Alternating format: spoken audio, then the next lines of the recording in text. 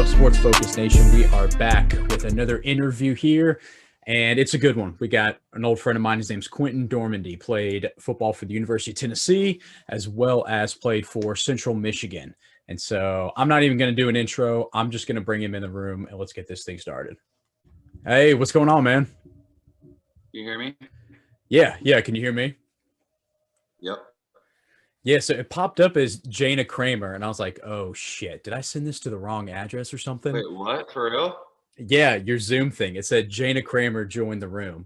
And I was like, okay, are we getting like a little sneak peek here? A little special guest? What is this? I mean, we're friends with it. Wait, what in the fuck, dude?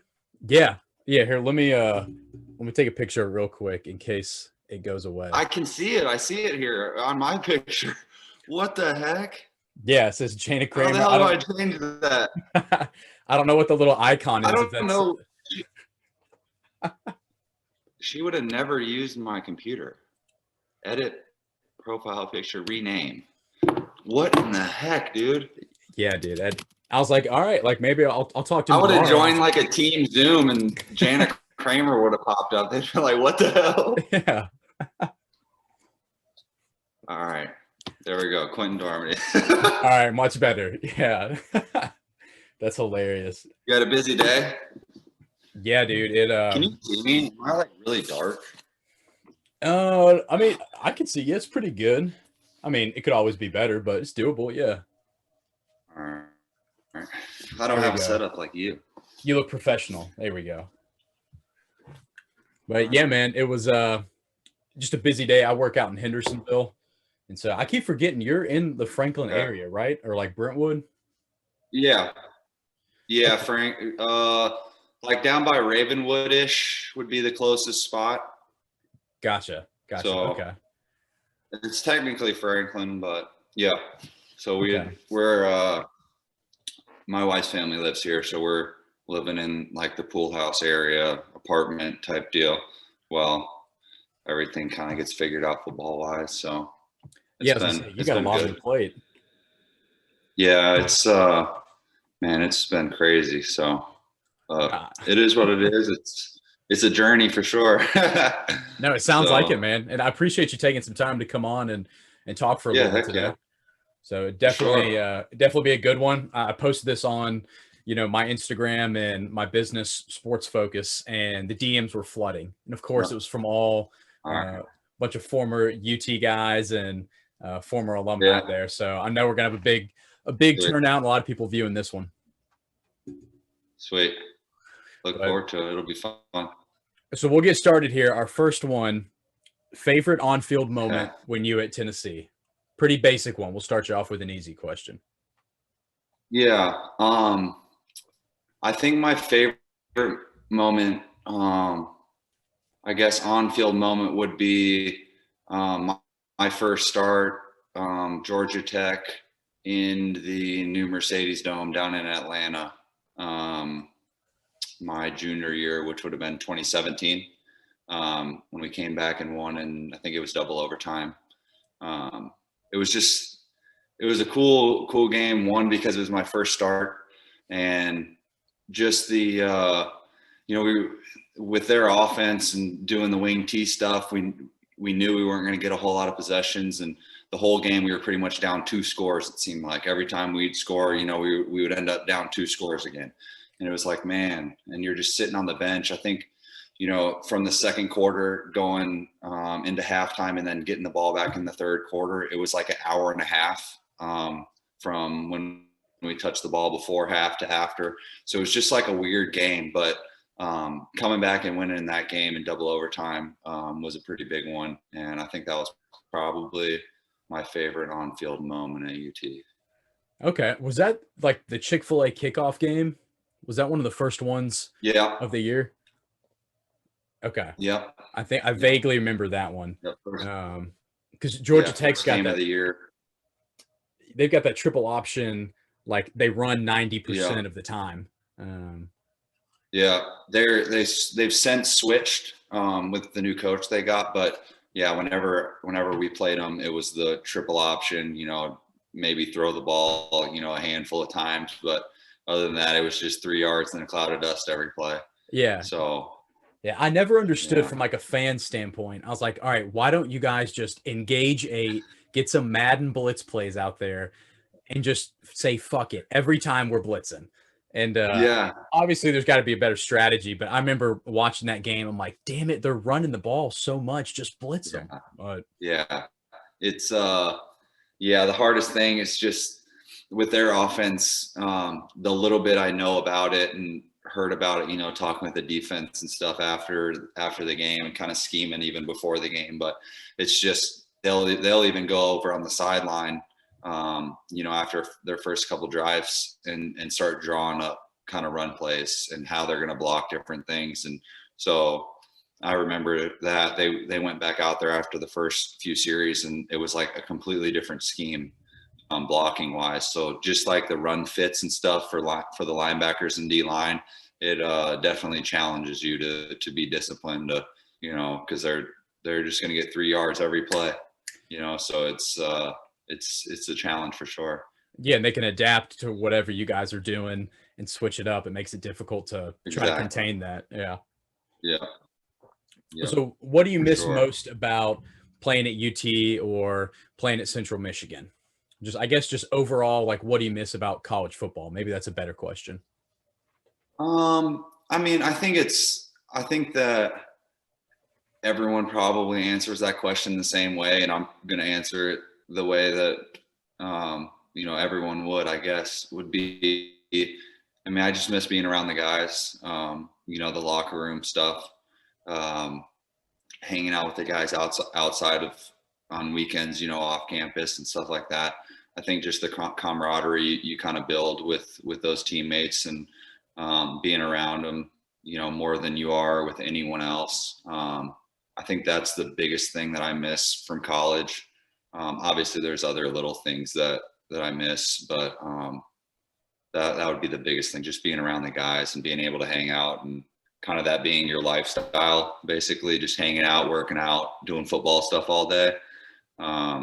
Now being, out of that and trying to move on into the professional world, it's like, I'm not hanging out with dudes every day. I got a kid now, so it's definitely different. And that's probably the biggest thing, that I miss about the college game. No, I wish I could relate. I think that goes for both. Yeah, I mean that goes for both Tennessee and Central. I mean, obviously at Tennessee, in the SEC and stuff like that on Saturdays, it's awesome. That whole experience, with the fans and the fan base is awesome. And then Central, I think that was a cool experience for me because that being my 5th year, I was, I had been through it all and seen everything, I guess to a certain extent.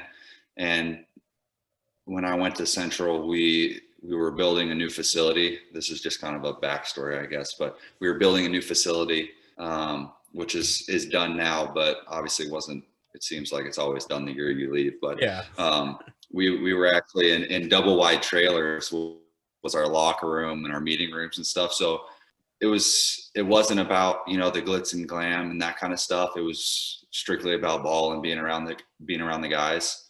And that was a cool experience for me. I mean, everyone's going to take that a different way, but at that point, I just cared about football. I didn't care about the locker room, the gear, that kind of stuff. I just wanted to be there for football, and that was a cool experience. Just taking all that stuff out of it, all the glitz and the glam that everyone sees, from these big time programs, and putting yourself in a double wide trailer with lockers that they have removed out of the old facility, and I mean, it was just a cool experience. So I get that. I mean, that kind of ties into the question of just what do I miss most. I mean, that was it. I missed being around the guys and playing ball, and that's something that I'll miss for a long time. Yeah, it sounds like when you were at Central, it was 24/7 football. Like you had your mind focused, your mind was on the right things. And then I think everybody misses that camaraderie. Like I interviewed Kurt Magid. Eli Wolf, a couple of other guys that used to play, and all of them, they all say the same shit. It's like just being around with the guys, just goofing off, just having a good time. And I mean, I can't relate to that. I relate in a way with my fraternity brothers in a sense of just, getting fucked up on the weekends and, kind of the same bonding, just not as healthy or as in shape as you guys, but over something different. But yeah, I totally hear you for sure. Yeah. Same kind of mentality with it. Right. Yeah. So the next question, I had 8 people ask pretty much the exact same question on this.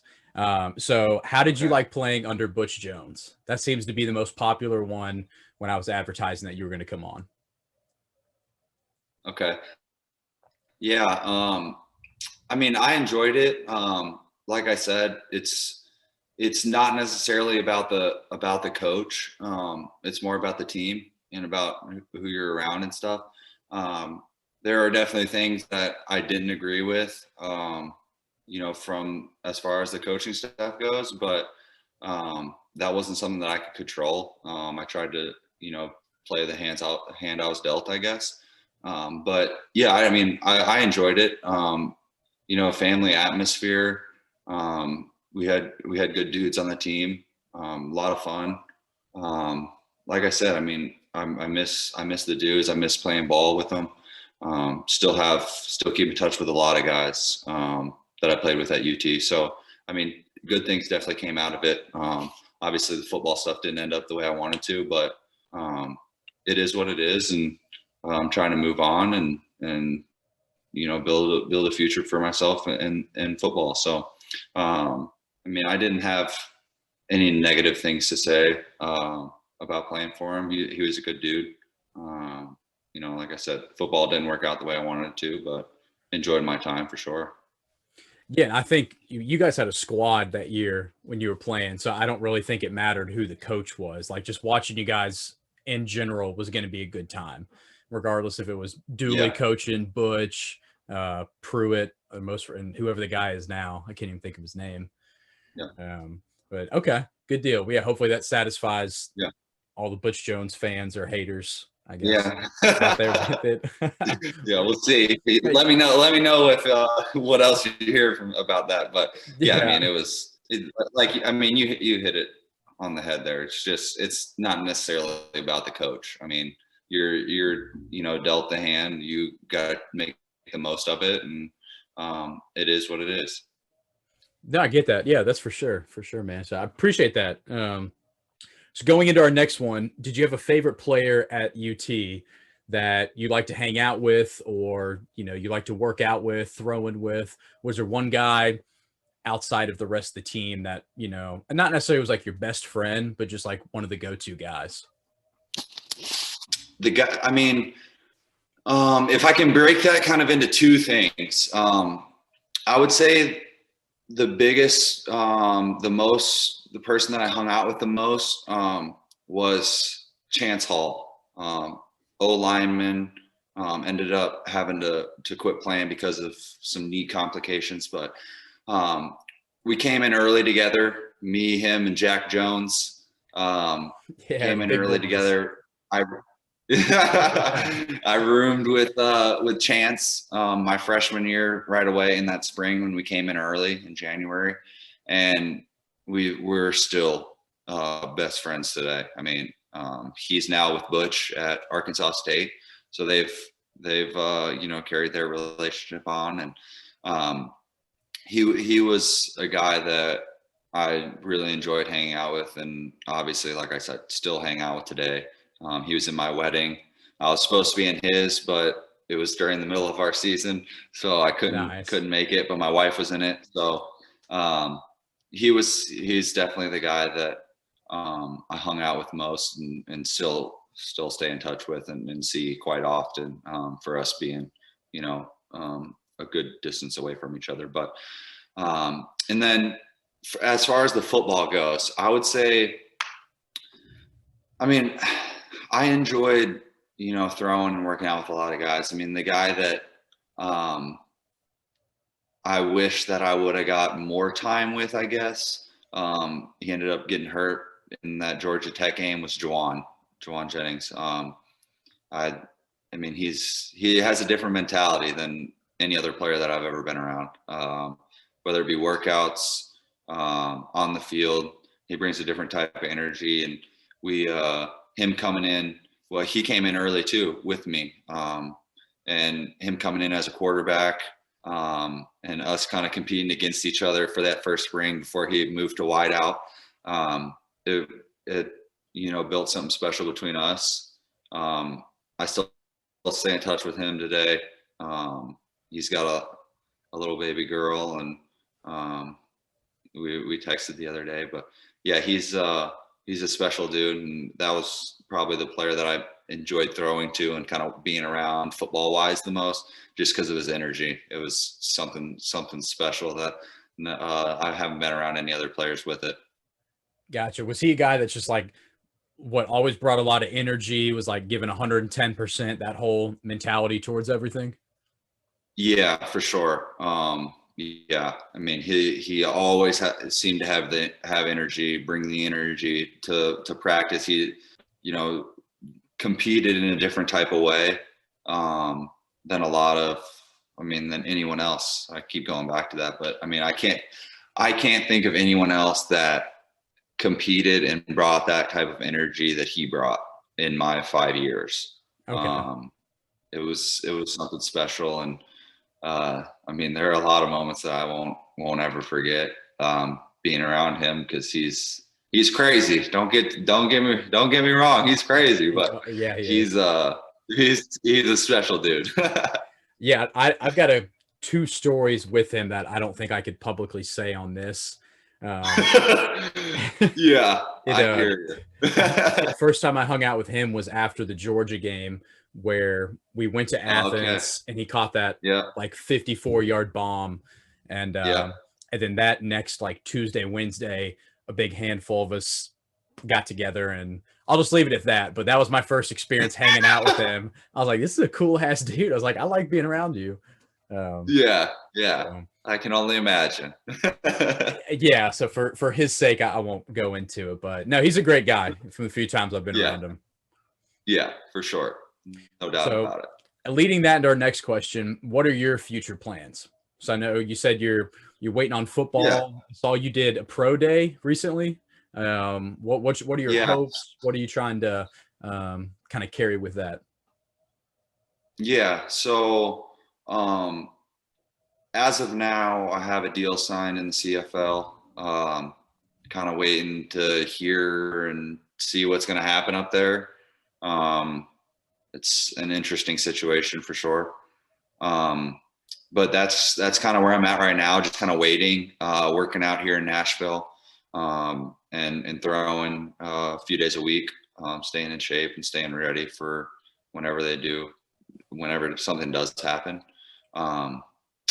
And about the pro day thing, I had reached out to Josh Palmer, who came in my junior year, which would have been his freshman year, and reached out to him before pro day, and ended up going down to Fort Lauderdale where he was training, which was a good little getaway for me and the wife and the kid.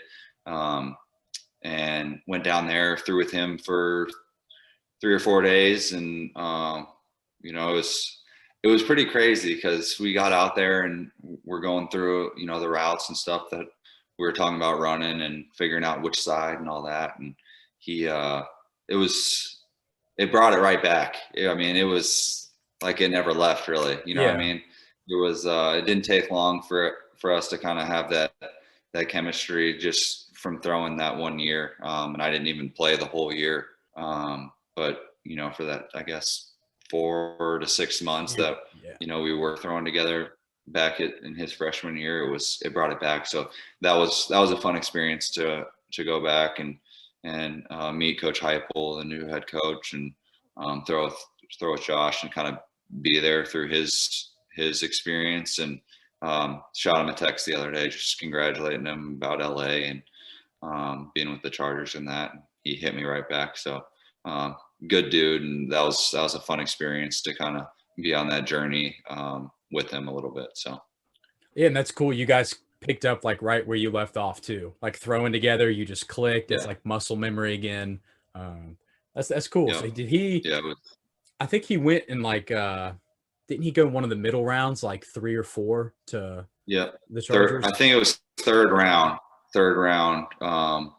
Third round somewhere to the Chargers. I don't know exactly what pick it was, but yeah. I think that was good for him. It'll be a different experience out in LA, being because he's a Canadian kid from outside of Toronto. So I think it'll be a little different experience from, Canada to Knoxville than out west, LA to one of the craziest cities in the country. It'll be a different experience, but I'm happy for him, and he'll do great out there. Yeah, no, that's awesome. I'm proud of him for getting that going with him. But so you think, you're going to try to give it a shot, sign a contract, see if this goes well for a couple years, and then, possibly see if a team picks you up in the NFL, or just kind of keeping your options open for now? Yeah, I signed, as of now, I have a deal signed with Montreal up in the CFL. So I have a deal up there.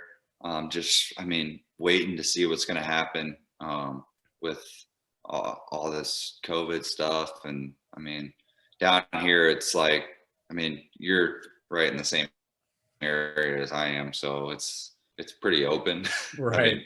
Back to normal, I guess, essentially. Yeah, Nashville's 100%. And I think that's the way it needs to be. But yeah, and I think that that's the way it needs to be. But obviously, things are a little different up there, so it'll be interesting. I'm supposed to be having a meeting tomorrow about it, so we'll find out more, and then I'll go from there. But yeah, that's like you said, that's the plan, is to try to get some film and go up there and play for a few years. Hopefully that would be the goal, is to go play for a few years and then get picked up by an NFL team. So we'll see what happens, but that's the plan. So yeah, it's a tentative plan for now with it. Yep. Gotcha. For sure. Yeah, I wonder how it's going to work out with COVID. I don't know if it's worse in Canada or what, like if you'd be flying back once a week for games, or if they're even going to let your wife and everybody go up there. I have no idea how that would work for an athletic standpoint for a team. Yeah,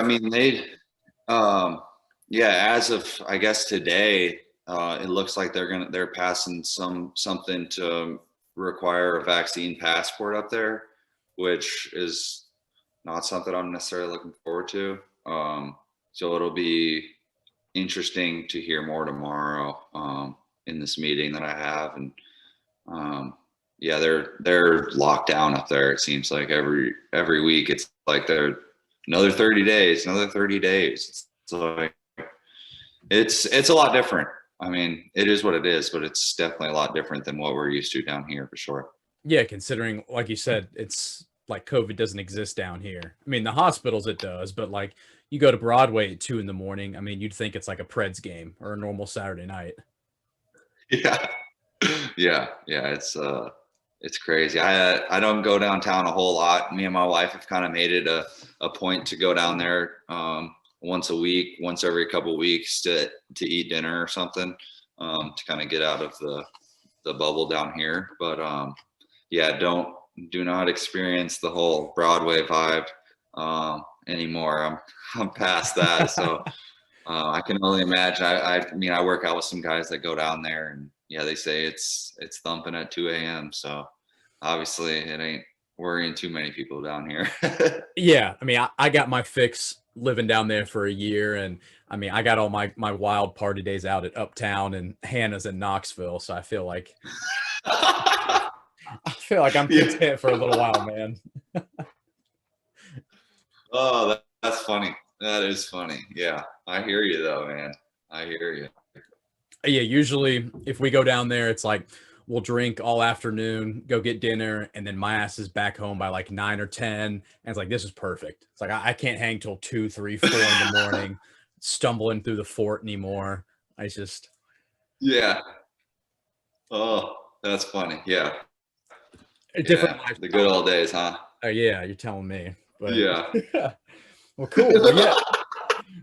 So those are the 5 that like I said, those are probably the ones I like the most and the ones that people, I guess, ask the most repeated. And so the next 5 we got are just kind of like some random ones. And so I think these will be some good ones. So our first one, your girlfriend, which I guess not your girlfriend, we'll say your wife's dad hands you the aux cord. What's the first song you're going to play? Oh, well, I'm a country guy. And I'm not a huge music guy, but just kind of listening to music on my way to workouts and back today. I'll go with One Big Country Song by Low Cash would be one of the first ones that I click on. I've gotten to know them a little bit, and I think they're really good and have some different songs. So I enjoy listening to them. So we'll go with One Big Country Song, one of their top songs. Yeah. Okay. Yeah, it's better than throwing on Young Thug or something. Trying to. Man, I can't take it. I can't take that, man. Yeah, no, that's a good answer. No chance. I'd rather be dead silent. Let it be dead silent. Let it be awkward. Take the awkwardness. Yeah. Yeah, for sure. No, that was a really good answer. All right, our next one we got. If money wasn't a factor, what is your dream job? Yeah,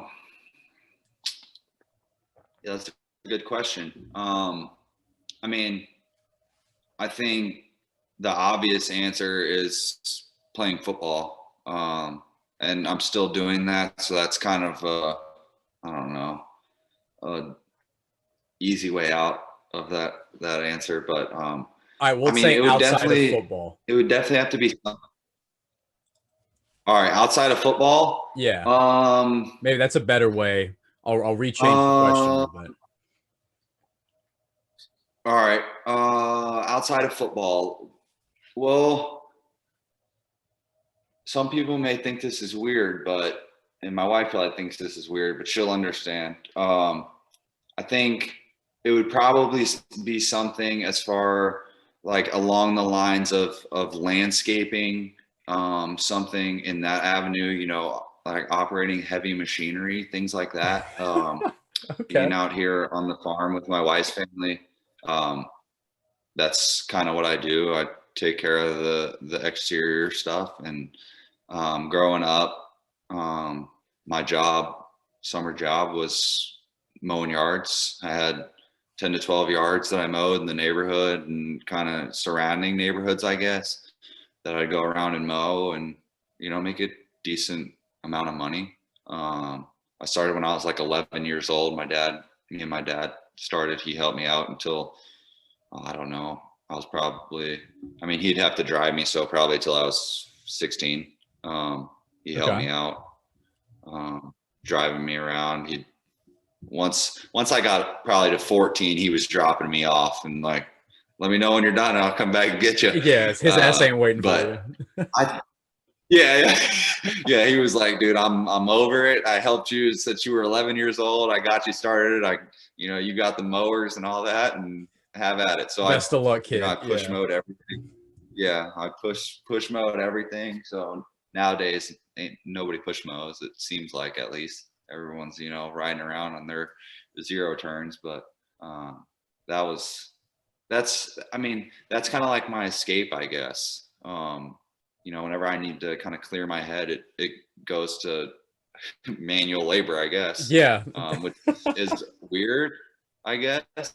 But that's kind of, my escape to kind of clear my head and just think and, put it in my headphones and listen to my country music and, and have at it. Some yard work. So, yeah. So, outside of football, that probably something along those lines, construction, manual labor, things like that. Okay. I would not have guessed that. I was going to guess like football commentator or like Monday Night Football, like what Tony Romo does. No, definitely couldn't do that. Well, I guess that's still technically in the sports world, so I guess that doesn't count. I say so when I'm too much to do that stuff. What's that? I said being like a commentator is still within the sports world. So I guess we're talking outside of football. So yeah, I mean, I don't know. I could see myself doing something like that. Going into college, I always thought I wanted to be a college coach. And then I got into it for 6 months, that first semester. And I was like, there's no chance in hell I'm doing that. I can't be a college coach. Just with all the recruiting and having to, kind of essentially you're lying to kids. That's how I felt. Just being around, it's like, this isn't my lifestyle, I guess. So I changed my mind real quick. And right now I'm working on real estate school. So that's kind of my backup plan right now. And my wife's just finished up hers and she's got to take the test. And so, yeah. And you're in the perfect location for it too. I mean, of all places, Nashville. Yeah, it's the place to be. Yeah, bro. Yeah, it's crazy right now. It is crazy. So yeah, the place I lived last year was this shithole of a house. And it was the guy that, like, one of my roommates, it was his childhood home, and his mom paid like $150K for it in the 90s, and they turned around and sold it for $750. Wow. Yeah. I 100% believe it, man. Yeah, they're building, homes right down the road from us. And I mean, I get that, the prices are up with everything, lumber and all that stuff. But I mean, it is crazy what they're selling these homes for down, because they're just, typical spec homes. And a lot of them have neighborhoods down in Texas and stuff that they're kind of modeling it after. And those houses down in Texas are, maybe 400,000, and here they're like $1 million, exactly. Which is crazy. It's just the area. Yeah, I don't know what it is, man. I think it's the schools, great schools down here in Williamson County. And man, I think that's probably the biggest thing, that, and they can continue to jack it up and people are going to keep buying it. Yeah, that's true. I don't know what else other than schools. And it's a beautiful area, and you're close to Nashville, but you're not in Nashville. So yeah, it's crazy though. I'm with you, man. Good for you guys though. That'll be good. Like I said, you're in a perfect area in case it doesn't work out with football. We'll see if we can't get you to do some manual labor construction over at our place, take your mind off of it. Hit me up, man. Good shit. All right, man. Well, moving on. We got 3 left. So how is the transition into becoming a dad? So no, you're recently a father. What is that? What is that like? So I don't have a girlfriend. Obviously don't have a kid. I have a dog, and that's pretty much my kid. And so obviously completely different realm, but what is it like for you being a new father? How has that changed your life? Yeah. It's definitely, brought some excitement to us. We have a dog as well, a German Shepherd, who my wife had about a year before I met her. And so she's about to be 7, I think. So I've been with her for about 6 years, and now, having a baby girl, it changes your outlook on life and on the world we live in. It's honestly scary to be raising a girl in the world we live in, but she is awesome, man. It's been a lot of fun. Within the last probably 2 or 3 weeks, she started crawling, and she is on the move. And it is she's starting to pull herself up. It's crazy. It's crazy, but it's been an awesome experience. She is something special for sure.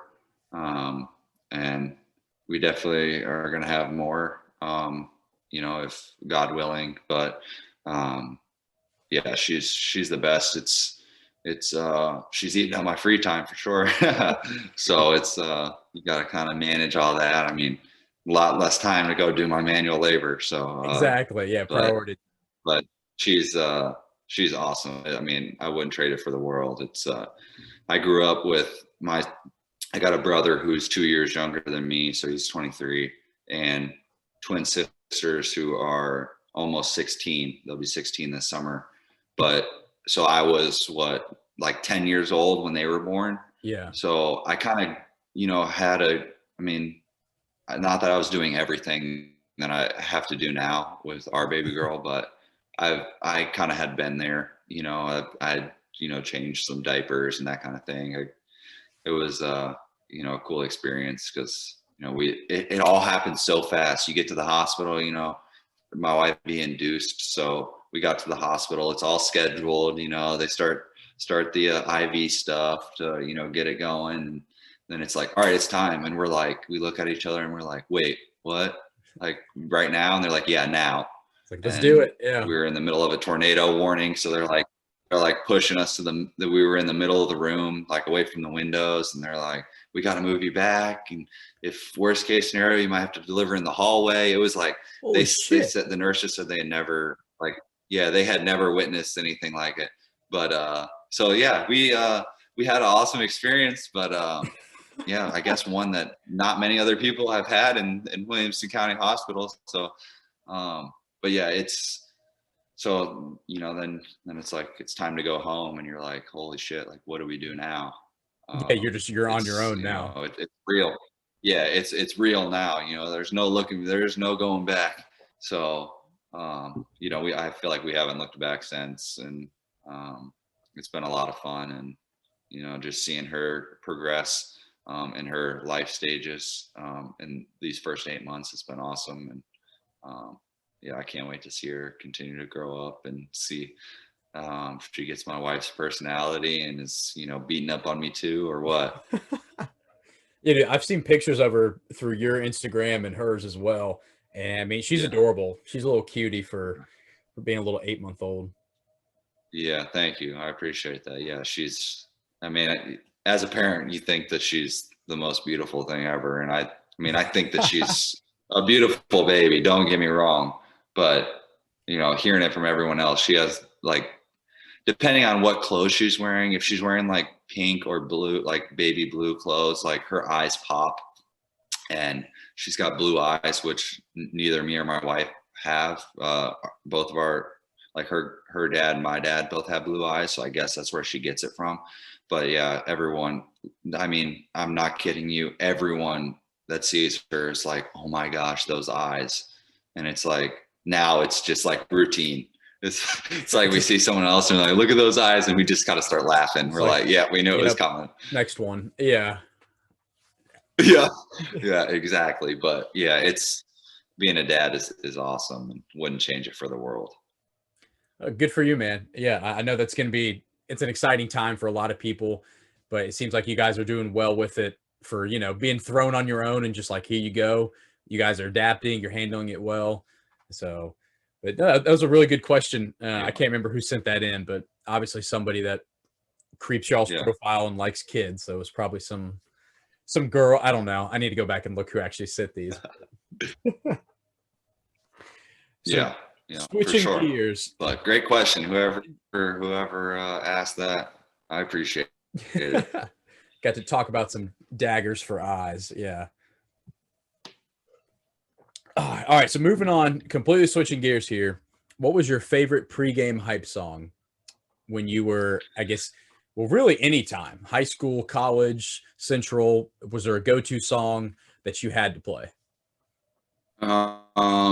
Whoever asked this question is going to hate me, because I was like I said, I like country music and I'll throw on some country music, but before the game, it's like, I don't want to get hype. It sounds weird, but like as a quarterback, I never wanted to get hype.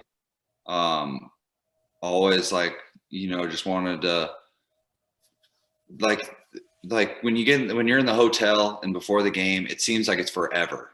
You're waiting for the game. It's like, come on, we need to start, So for me, it was like, I just wanted to like talk to people and just kind of keep my mind out of it. I mean, I'd go over my call sheet again, just quick glance, kind of see where all the plays are situated on the call sheet. But other than that, I wasn't really like listening to music. I was just like, making sure everyone was good. If there's any last little words I kind of wanted to put in their head.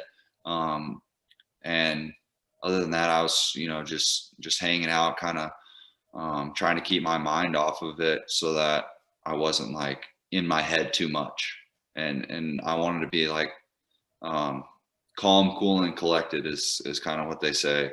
And that's really what I kind of try to do before games, is just kind of mellow out and, keep my head in it. But at the same time, I'm not like overthinking it.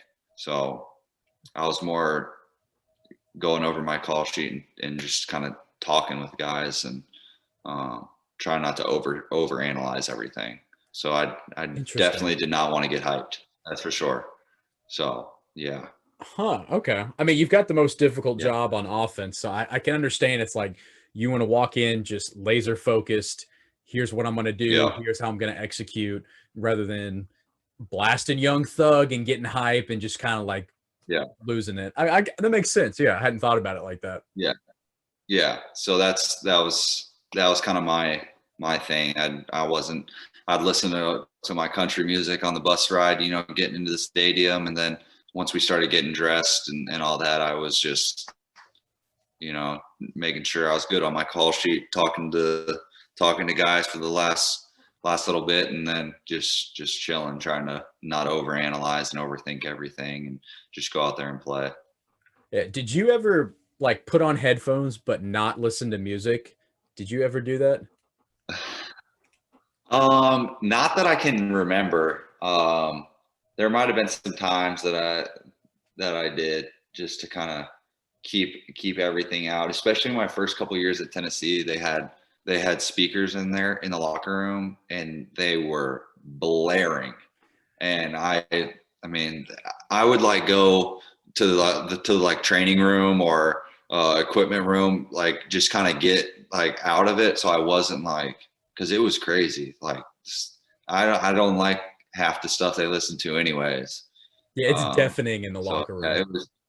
It's beyond loud. I think my junior year, we like kind of made a rule where one of our, like, I guess he was like player development, maybe, like coaches, like and one of our off the field coaches like was in charge of the music.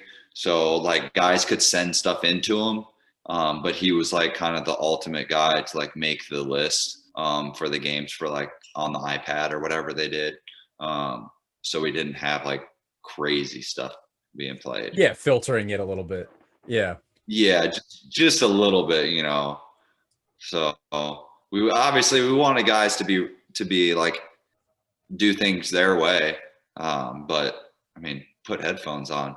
It ain't that hard. I feel like, you know what I mean? It's like, just throw your headphones on. You can listen to whatever the heck you want. So yeah, it was, that was my thing. Just, I didn't have any hype music for sure. No, I agree with you. I was a student trainer for the football team my freshman, sophomore year. And so we got to go into the locker room like post game, and those speakers, like you couldn't have a conversation with somebody like across from you. That shit was so loud and just deafening. And I mean, they were blaring like Waka, like I go hard in the motherfucking paint. It just, I'm like, my God, I can't hear. No. Yeah, you can't talk to nobody. Yes, I can't imagine if you're sitting there trying to go over a call sheet and you got Waka screaming on 15 speakers. Like, you can't get anything done. Yeah. What year were you a student trainer? Fall 12 and fall 13. Or no, I'm sorry. Okay. Fall 13 and fall 14. Okay, so right before I got there then. Okay. You got there. Gotcha. You got there in 15? I guess we would have overlapped. Yeah, I got there in 15. We probably would have overlapped kind of, because I got there. I was actually there for bowl prep. I guess there's like a rule that high school players can, like if they're enrolling early and get all their finals out of the way, can like actually practice before they enroll in classes, like for the bowl prep. Okay. So my plan was to come in 14, in the fall of 14, when y'all went to Jacksonville, the Tax Slayer Bowl, I think it was. Slayer. Yep. I was actually on campus, stayed in the dorms with a couple of the guys, and was supposed to practice, but I had ended up having to have a rib taken out on my like throwing side from, I think it was from one of my previous surgeries. But yeah, so I was down there, so we probably ran into each other, but that was yeah, I just had no idea who you were. That was yeah, and I was like, this literally a high school kid. I took my finals like in the academic center. Like my dad's a high school coach. He was the coach. He was the coach at my high school that I went to, and so we worked it out with the academic advisor at the high school to like have them send my finals up there to Tennessee. So they sent my finals up there, and there was like 2 days that I think 2 days that I took. I think I maybe had like 3 finals that I had to take, maybe 2. So I think over 2 days I took those finals like in the academic center so they could like proctor me, and then we like faxed them back or whatever, shipped them back. I can't even remember what we did, but yeah, it was crazy. So yeah, we overlapped a little bit. We probably bumped shoulders, but I had no idea who the heck either of us were. Yeah, to me, you were probably just like some cocky recruit. Like I saw everybody else coming in thinking they were going to be hot shit at UT. So I mean, honestly, I probably did see you on more than one occasion. It just had no idea who you were. And I mean, I'm glad to know what you thought of me back then, or what you would have thought of me. Now it's good to know. Yeah, now I'm just a cocky piece of crap. All right, that's cool. I mean, my sophomore, junior year, all the guys coming in there thought they were going to be like the next Peyton on offense. They thought they were going to be whatever it was. So they were just really douchey guys. So I just built up, me and the rest of the trainers just built up this mentality of, oh, they're just a bunch of recruits. We'll pay no attention to them. So, but if I actually knew you and talked to you back, all right, this one guy from Texas, he ain't bad. We'll stick with him. But yeah, he's okay, right? Yeah, I hear you. Interesting deal. All that for we were talking about hype song. Shit, I forgot we got off track there. Yeah, we got way off track there. Yeah. So no pregame hype song. We got a little bit of country, but you're focused in on whatever the game is. Yeah, gotcha. For sure. Okay, so we got our last one here. So would you rather take a Randy Johnson fastball to the ribs, a blindside tackle by Ray Lewis, or a Mike Tyson punch to the head? Great options. Definitely not Mike. Yeah, definitely not Mike Tyson to the head. Just because, I mean, I've never understood why, boxing and UFC is a thing in general. I mean, don't get me wrong, I love watching it, but I'm like, I would never do that. So that one's completely out. Like, there's no shot. But I guess playing quarterback, I'd rather take the blind side from Ray Lewis. I mean, it's not going to feel good for sure, but I mean, I've taken big hits, 100 and whatever, 5 to 10 mile an hour fastball to the ribs does not like sound appealing at all. No, either. That's broken ribs instantly. Yeah, you would think, right? Or some. I mean, it has to break rib. Yeah. Yeah, I mean, yeah, definitely not something that I would enjoy. Any of them, I wouldn't enjoy any of them really, but I mean, I'll take the hit from Ray Lewis. I guess it's better to know that it's not coming. I mean, if I was just like, if I was like throwing and getting hit under the chin, which has happened a couple times, and like, your head bounces off the ground, I would maybe reconsider getting hit with a fastball. Yeah. But the blind side, I mean, I guess like when you don't know it's coming, it's kind of just like, you know, it's just kind of thrown upon you and you're like, that didn't feel good, but you know, it is what it is. So versus, I'll it's take coming. the hit from Ray Lewis. Yeah. Yeah. So, and the reaction, I mean, you have no reaction time with 100 and some mile an hour fastball coming at you. No, so you blink, man, and it's internal bleeding. Like, it's that fast. Yeah. Yeah. Yeah. Broken ribs, bleeding, who knows, collapsed lung. I don't know. I mean, I'm sure people got hit by him, right? Oh, I'm sure. Yeah, he pitched for the Diamondbacks like the entire 90s. I think I grew up watching him. So I'm sure he brought the heat on a couple guys. Yeah, I'm sure he did. I'd have to look that up and see what happened. I mean, they're definitely, you would think they're out for a while, but yeah. I mean, he hit a Take bird the hit from Ray Lewis. Yeah, he did do that. He hit that bird and you just saw feathers. Yeah. That's pretty wild. 1 in a billion there. But still, I think the best option, in my opinion, is probably the tackle. I mean, if at least with you, you've taken big hits, so you know almost the caliber of Ray Lewis trying to kill you. So I feel like at least that's better than our other two options. Yeah.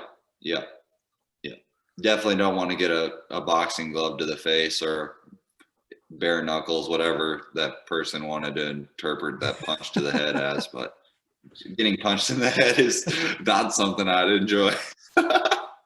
I'm assuming that's just like he's got a 5-pound glove and it's just one right hook straight to the dome. And I mean, that's like instantly you're getting CTE. You're probably in a coma. I mean, it's Yeah. Not good. Right. Good shit, man. Well, yeah, I appreciate your time. Thank you again for coming on. That's all the questions we have from the fans, and then a few that I wanted to hear from you. But yeah, thanks again, man. I really do appreciate it. It's always good to have some old Vols come on here and talk for a little while. And let me know if you ever want to catch up, get a beer. Like I said, I'm not crazy far from you. And I obviously cannot work out or play up to y'all's caliber. But if you're down to get a beer, I'm always around. So maybe we can link up sometime. Yeah, for sure. Sounds good, man. You got my number. So yeah, we'll stay in touch for sure. Word. It sounds like a plan. Well, yeah, have fun. Good luck tonight with the girl. I hope she's able to go down to sleep easy, not keeping you up all night. But yeah, me too. I hear you. But I appreciate it, man. Yeah, you got it, bud. Well, enjoy. Take care.